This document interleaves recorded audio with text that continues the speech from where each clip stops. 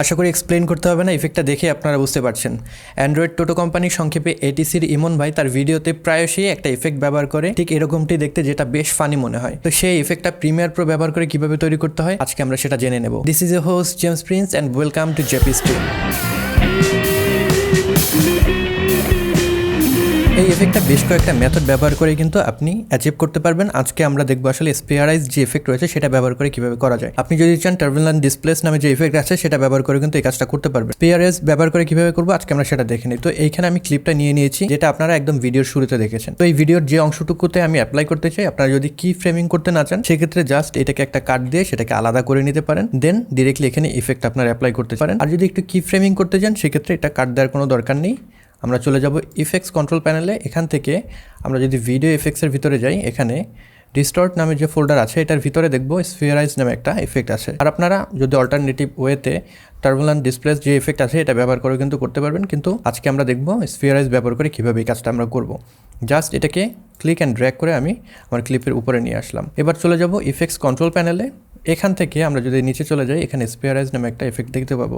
এখানে কোনো চেঞ্জ নাই, কারণ এখান থেকে আমাদের যে রেডিয়াস সেটা কিন্তু এখনও বাড়ানো হয়নি। রেডিয়াসটা যদি আমরা ইনক্রিজ করি তাহলে আমাদের এফেক্ট আসলে এখানে আমরা দেখতে পাবো। তো আমি এখান থেকে যদি রেডিয়াসটাকে ইনক্রিজ করি তাহলে দেখতে পাবেন এইখানে কিন্তু আমার মাঝখানের এই অংশটা একটু বড় হয়ে যাচ্ছে। এখানে কিন্তু সেই ডিস্টর্ট যে এফেক্টটা সেটা কিন্তু আমরা পেয়ে যাচ্ছি। অ্যান্ড এখান থেকে সেন্টার অফ স্ফিয়ার এই জায়গাটা থেকে আমরা আসলে এটাকে মডিফাই করে কোন অংশটুকুতে রাখতে চাই সেটা রেখে দেবো। আমি জাস্ট এটাকে আরেকটু বড় করে দিলাম, জাস্ট লাইক দ্যাট।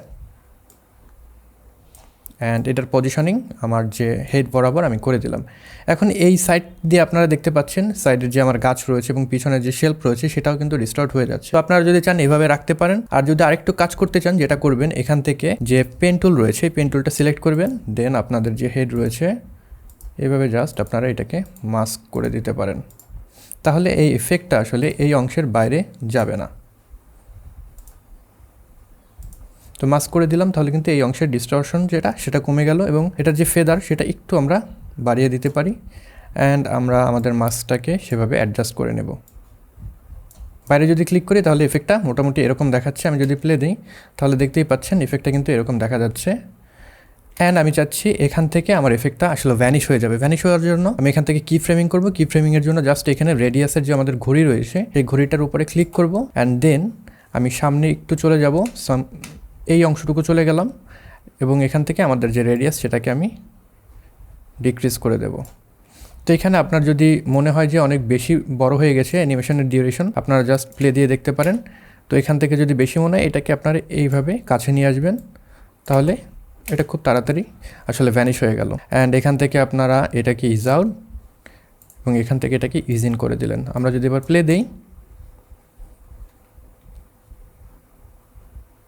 তাহলে কিন্তু এরকম একটা এফেক্ট আমরা পাচ্ছি। তো এই এফেক্টটা যে শুধুমাত্র আমরা বিগ হেডের জন্য ব্যবহার করবো সেটা না, এটা কিন্তু আমরা আরও অন্যান্য ওয়েতেও ব্যবহার করতে পারি। সাপোজ আপনারা চোখের অংশটাকে বড় করতে চাচ্ছেন, সেক্ষেত্রে এটাকে আমি জাস্ট আর একটা কপি করে নিলাম। এখান থেকে আমি এই অংশটুকু কেটে নিলাম, শুধু এই জায়গাটাতে আমি অ্যাপ্লাই করব। আমি নতুন করে যদি এটাকে আবার ইফেক্টটাকে নিয়ে আসি, আপনারা কনফিউজ যাতে না হন, আমি স্ফিয়ারাইজ নিয়ে আসলাম, এখানে রেখে দিলাম। ইফেক্ট কন্ট্রোলস প্যানেলে যাব এবং এখান থেকে আমাদের যে স্ফিয়ার সেটার রেডিয়াসটাকে ইনক্রিজ করে দিলাম। পজিশনটা আমরা মুভ করব। সাপোজ আমরা এখানে চোখের এই অংশটুকুতে রাখবো, তো রেখে দিলাম। আমাদের এই একটা চোখ বড় হয়ে গেল। সিম্পল ওয়েতে এটাকে যদি আমরা ডুপ্লিকেট করতে চাই, কপি করে আমরা এটাকে জাস্ট পেস্ট করে দিলাম, আর একটা অংশ হয়ে গেল এবং এটাকে আমরা আমাদের ডান চোখের অংশে নিয়ে গেলাম এবং এটার প্লেসমেন্টটা এখানে দিয়ে দিলাম।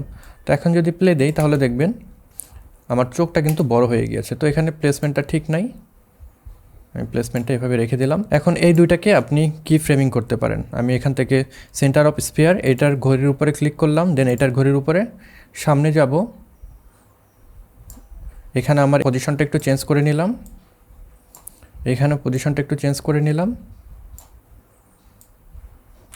তাহলে কিন্তু এখানে দেখতেই পাচ্ছেন আমরা বড় চোখের যে একটা এফেক্ট, সেভাবে বড় চোখের একটা এফেক্ট এভাবে তৈরি করতে পারছি। সেম আমাদের এফেক্টটা ব্যবহার করে আপনারা চাইলে এটা আপনাদের ক্রিয়েটিভিটি কাজে লাগিয়ে যে কোনো জায়গায় ব্যবহার করতে পারেন, যে কোনোভাবে ব্যবহার করতে পারেন। জাস্ট আপনার চিন্তা করে বের করতে হবে কোন জায়গায় আপনি এটাকে অ্যাপ্লাই করতে চান। তো এই ছিল আজকের ভিডিও। আশা করি ভিডিওটি আপনাদের ভালো লেগেছে। যদি ভালো লেগে থাকে কিংবা এই ভিডিও থেকে নতুন কিছু জেনে থাকেন, সেক্ষেত্রে এই ভিডিওটিতে একটি লাইক দিতে পারেন, কমেন্ট বক্সে আপনাদের মতামত জানাতে পারেন। এই চ্যানেলে আমার ভিডিও যদি প্রথমবারের মতো দেখে থাকেন সেক্ষেত্রে সাবস্ক্রাইব করতে পারেন এবং আপনার বন্ধুদের সাথে সাথে শেয়ার করতে পারেন। পরবর্তী ভিডিওতে নতুন কোনো বিষয় নিয়ে আবার দেখা হচ্ছে। Until then, good bye.